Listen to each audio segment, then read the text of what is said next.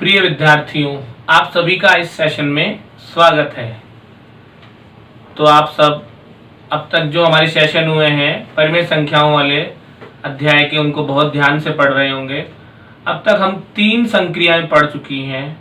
सबसे पहले हमने पढ़ा था परिमेय संख्याओं का योग गुणधर्म, फिर हमने पढ़ा परिमेय संख्याओं में व्यवकलन, और उसके बाद हमने पढ़ा परिमेय संख्याओं का गुणन संक्रिया। आज हम परिमेय संख्याओं में विभाजन संक्रिया अर्थात उनमें भाग किस तरह से होता है, हम इस पर आधारित सवालों का अध्ययन करेंगे और उनको हल कर करके देखेंगे।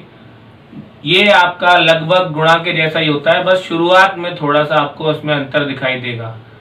ऐसे के ऐसे हम भिन्न संख्याओं के भाजन में भी समझ चुके हैं, जिसमें हमने देखा था कि जो व्युत्क्रम होता है किसी भी संख्या का, हम उसके जब भाग को गुणा में बदलते हैं तो हमको अगली वाली जो संख्या होती है उसका व्युत्क्रम करना पड़ता है।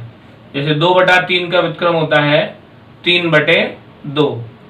अब जैसे हमको दिया हुआ है कि 1/2 भाग 2/3, तो 1/2 भाग 2/3 है, तो इसमें भाग को जब हम गुणा में बदलेंगे तो 2/3 का जो व्युत्क्रम होगा उससे हमको गुणा करना पड़ेगा 1/2 से।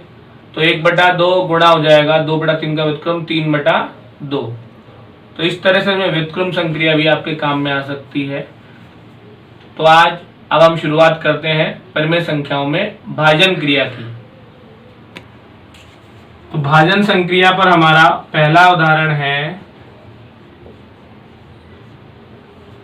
4/9 को हमको विभाजित करना है -5/7 से।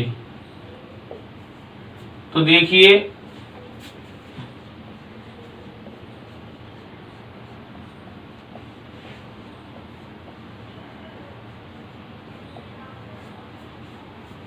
पहले लिखेंगे 4/9। अब विभाजित करना है तो निशान भाग का आएगा, ये ध्यान रखना है। -5/7 4/9 भाग को जब हम बदलते हैं गुणा में, ध्यान कीजिए पुराना भिन्नों का गुणनफल या भिन्नों का भाजन, जब हम भाग को गुणा में बदलते हैं तो जो बाद वाली परिमेय संख्या होती है उसको करना पड़ता है व्युत्क्रम। तो यहाँ पर है -5/7, तो इसका व्युत्क्रम हम कर देंगे तो हो जाएगा 7/-5। 7/-5। अब अंश को गुणा अंश से करेंगे और हर को गुणा करेंगे हर से। 4 × 7/9 × -5। तो सबसे ध्यान रखने वाला स्टेप यही है कि भाग को जब हम गुणन संक्रिया में बदल रहे हैं, क्योंकि वो उसी के अनुसार हल होएगा, तो फिर बाद वाली जो भिन्न है या परिमेय संख्या है उसका करना पड़ेगा व्युत्क्रम, और फिर अंश का गुणा अंश से, हर का गुणा हर से। तो 7 को 4 से गुणा करेंगे प्राप्त होगा 28, और 9 को गुणा करेंगे 5 से प्राप्त होगा 45। तो यहाँ पर हम लिख सकते हैं 28/-45, या इस माइनस को आप ऊपर भी लगा सकते हो, -28/45। तो इसमें कोई भी अंतर नहीं है, दोनों ये समान है। तो आपको इस तरह से केवल एक ही स्टेप का ध्यान रखना है कि जब हम भाग को गुणा में बदल रहे हैं तो निशान आएगा गुणा का, और बाद वाली भिन्न का हो जाएगा व्युत्क्रम। अब देखिए अगला एक उदाहरण।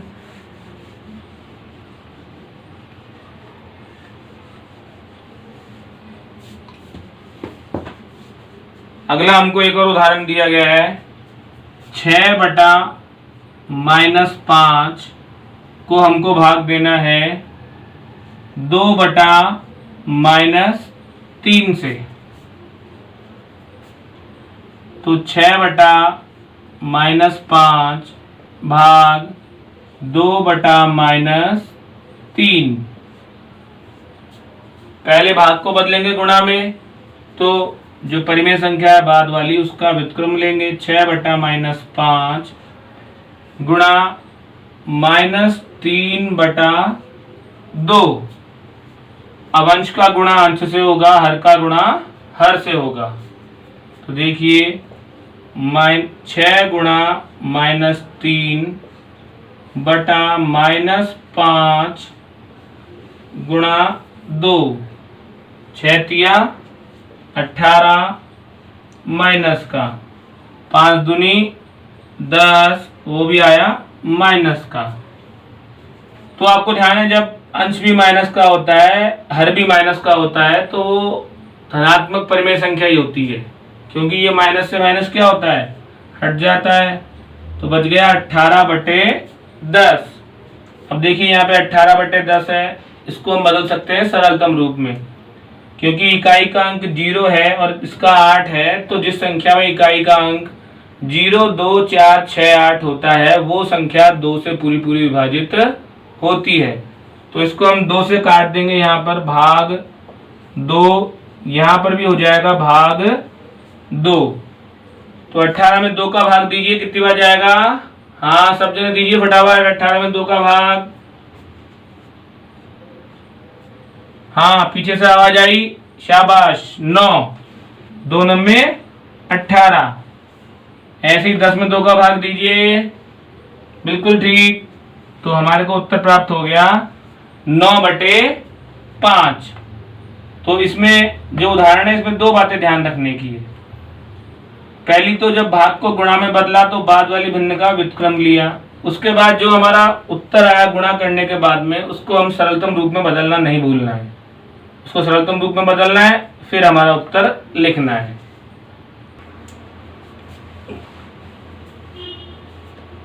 तीन बटा 5 को 1/2 से विभाजित करें। तो देखिए कैसे करेंगे। 3/5 भाग 1/2।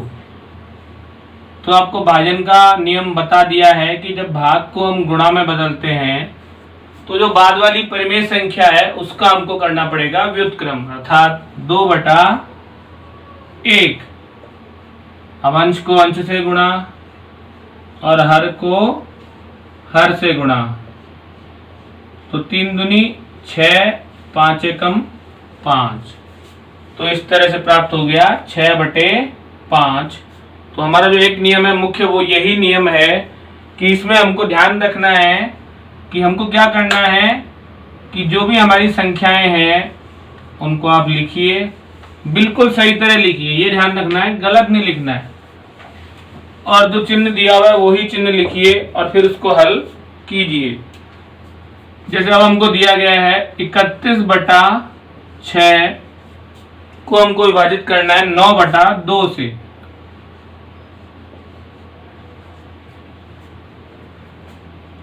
तो 31/6 भाग 9/2।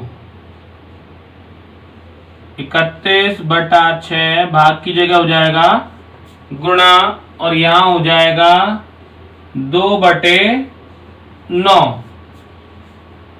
अब अंश का गुणा अंश से, हर का गुणा हर से। तो 31 गुणा 2/6 गुणा 9।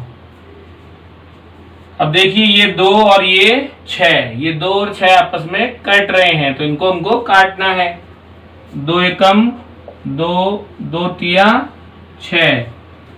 क्या प्राप्त हो गया ऊपर? 31 गुणा 1 बराबर 31, और नीचे है 9 गुणा 3 अर्थात 27। तो इस तरह से प्राप्त हुआ गुणनफल 31/27। तो बहुत ध्यान से आप इसको देखिए और फिर समझिए और फिर इसको लिखिए। उसके बाद में ही आप अगला सवाल करने का प्रयास कीजिए।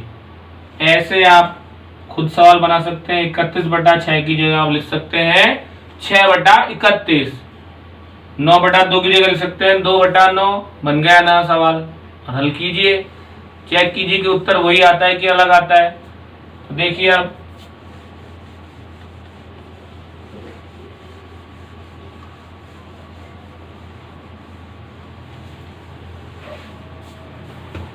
यहाँ पर हमको दे दी एक संख्या -5/7 गुणा 11/13।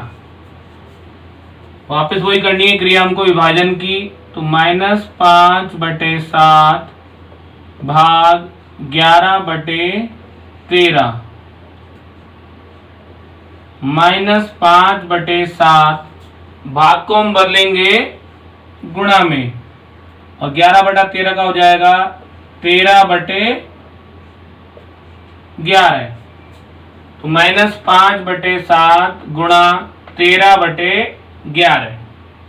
अब देखिए यहाँ पर अंश है 5 और 13, तो इनका गुणा करेंगे। -5 गुणा 13/7 गुणा 11। 13 को 5 से गुणा करना होगा और 11 को 7 से, और साथ में लगाना पड़ेगा हमको ऊपर माइनस। तो 13 का पहाड़ा 5 बार, 13 1 कम 13, 13 दूना 26, 13 3 39, 13 चौके 52, 13 पंजे, हाँ 13 पंजे 65। तो यहाँ लिख दो। तो इस तरह से हम यहाँ लिख देंगे 65।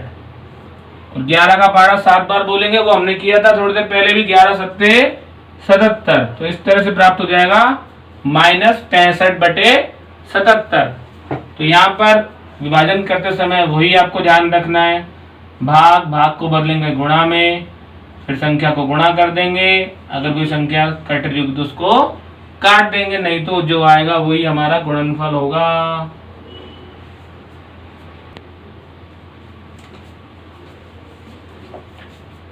तीन बटे 7 भाग 2। तो देखिए इसमें हमको पहले दिया गया है 3/7। अब जो बाद वाला पूर्णांक है उसके बटे में कोई संख्या नहीं लिखी गई है, तो इस परिमेय संख्या में हम बनाएंगे तो बन जाएगी 2/1। अब हम भाग के निशान को बदल सकते हैं गुणा के निशान में। तो भाग के निशान को हमने बदला गुणा के में, तो बाद वाली भिन्न है वो हो जाएगी उसकी योज्य 1/2। तो व्युत्क्रम हो गया 2/1 का 1/2। अब गुणा करेंगे अंश को अंश से, अर्थात 3 को गुणा करेंगे 1 से और 7 को गुणा करेंगे 2 से। तो 3 एकम 3 और 7 दूनी प्राप्त हो गया 14। तो इस तरह से हम इसको हल कर सकते हैं। अगला जो हमारा सवाल है वो है 4 सही 3/7 भाग 7। अब देखिए इसमें हमको क्या दिया हुआ है, एक दे दी हमको मिश्र भिन्न। तो इस पहले इस मिश्र भिन्न को बदलना है हमको विषम भिन्न में। 7 चौके 28, 28 और 3 31। तो हो जाएगा यहाँ पर 31/7 भाग 7/1। इसको हम बदलेंगे तो गुणा हो जाएगा और 7/1 का व्युत्क्रम हो जाएगा 1/7। अब 31 को गुणा करना है 1 से और 7 को गुणा करना है 7 से। तो 31 एकम 31/7 सत्ते 49। तो इस तरह से प्राप्त हो गया 31/49। तो यहाँ आपको ध्यान रखना है कि भाग के निशान में हमको करना है तो हमको उसके लिए गुणा में बदलना पड़ेगा। अब आइए हम एक और उदाहरण देखते हैं।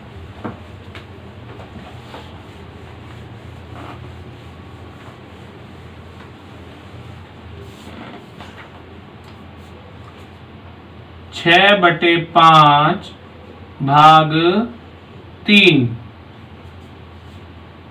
अब यहाँ पर देखिए 3 के बटे में कोई भी अंक नहीं है, तो उसके लिख देंगे हम 3/1। अब हमको क्या करना है, भाग को बदलना है गुणा में। तो 6/5 गुणा 1/3। अब अंश का गुणा अंश से होगा, हर का गुणा हर से होगा। 6 गुणा 1/5 गुणा 3। तो गुणनफल करने से पहले हमको चेक कर लेना चाहिए कि अगर ये संख्या कट रही है कोई ऊपर नीचे तो उसको हम काट देंगे। देखिए 6 3 से यहाँ पर कट रहा है, कितनी बार? 2 बार। 3 एकम 3, 3 दूनी 6, तो 2 एकम 2/5। तो इस तरह से प्राप्त हो गया हमें 2/5, 6/5 भाग 3 का हल। अब जो अगला प्रश्न है वो देखिए, 7/3 भाग 4/21।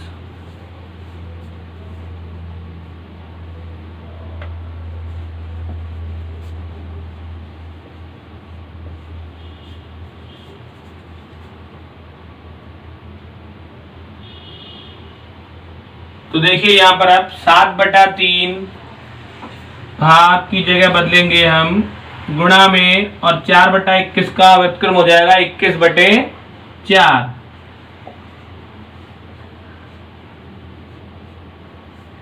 अब अंश का गुणा अंश से 7 × 21 बटे 3 × 4। ये देखिए 21 है और ये है 3। ये 21 और 3 से हमारे विभाज्य होंगे, क्योंकि ये तो 3 के बारे में आता है और 21 भी क्या होता है? 3 के बारे में आता है। तो जब हम काटेंगे तो इसको देखिए, 3 एकम 3 और 3 सत्ते 21।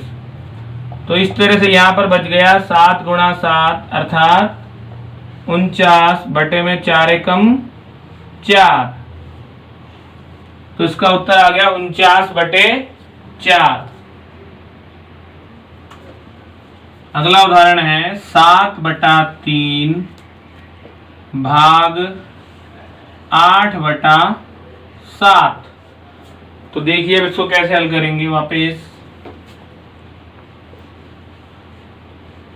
7/3 गुणा 7/8, व्युत्क्रम हो गया 8/7 का। अब अंश का गुणा अंश से करना है और हर का हर से। 7 सत्ते 49 और 3 अट्ठे 24। तो इस तरह से गुणनफल हो गया 49/24 विभाजन संक्रिया के द्वारा। अगला उदाहरण है हमारा 2 सही 1/5 भाग 3/5। तो इसमें भी देखिए कैसे करेंगे हम हल इसको। पहले मिश्र भिन्न को बदलिए विषम भिन्न में। 5 दूनी 10 और 1 11/5।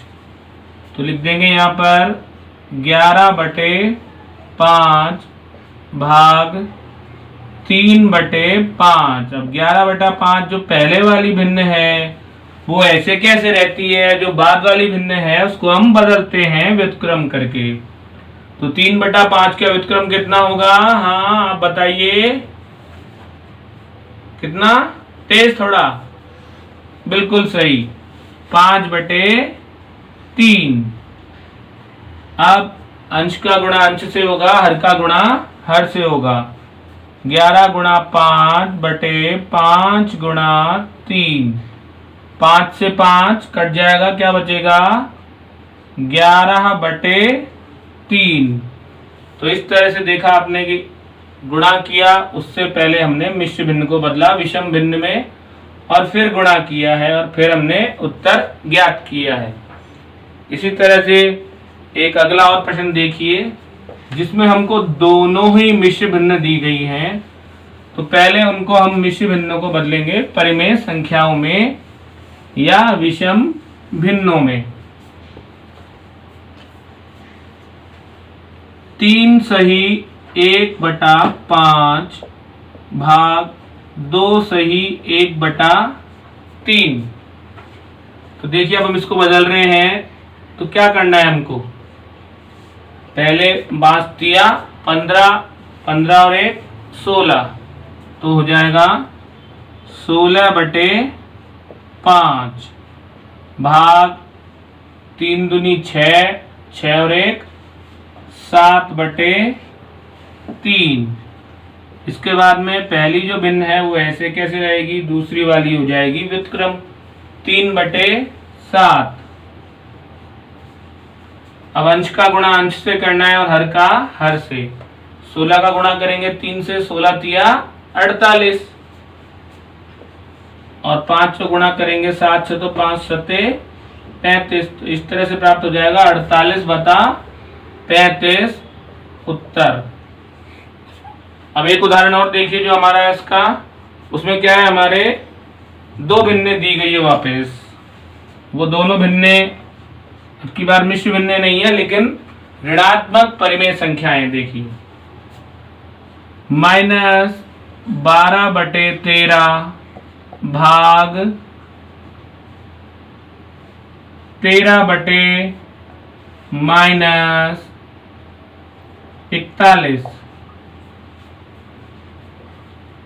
तो पहले हमको क्या करना है, जो भाग का निशान है उसको बदलना है गुणा में। भाग का निशान बदल गया गुणा में, तो इसका ले लेंगे व्युत्क्रम। 13/-41 का व्युत्क्रम होगा -41/13।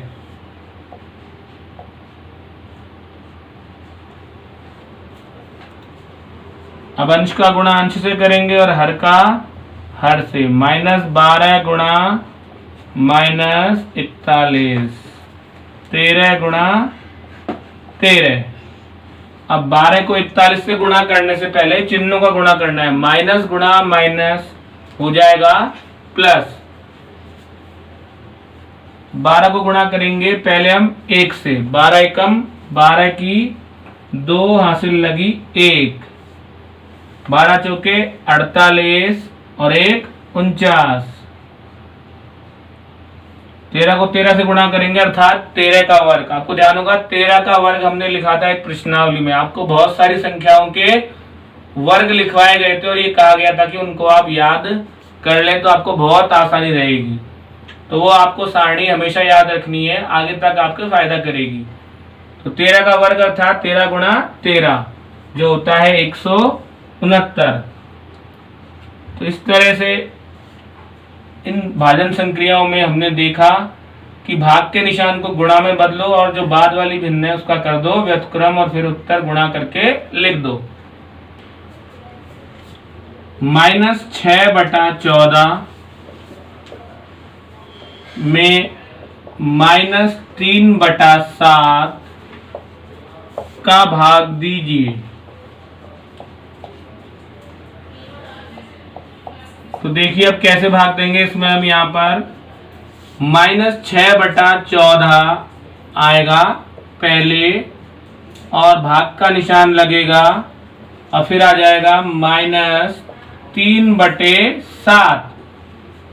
अब भाग के निशान को जब हम गुणा में बदलेंगे तो जो बाद वाली भिन्न है उसका करना पड़ेगा व्युत्क्रम। -3/7 का व्युत्क्रम होगा 7/-3। अब गुणा करना है हमको अंश को अंश से और हर को हर से। तो -6 गुणा 7/14 गुणा -3। तो अब देखिए यहाँ पर जो संख्या आपस में कट रही होगी उसको हम यहाँ पर काट सकते हैं।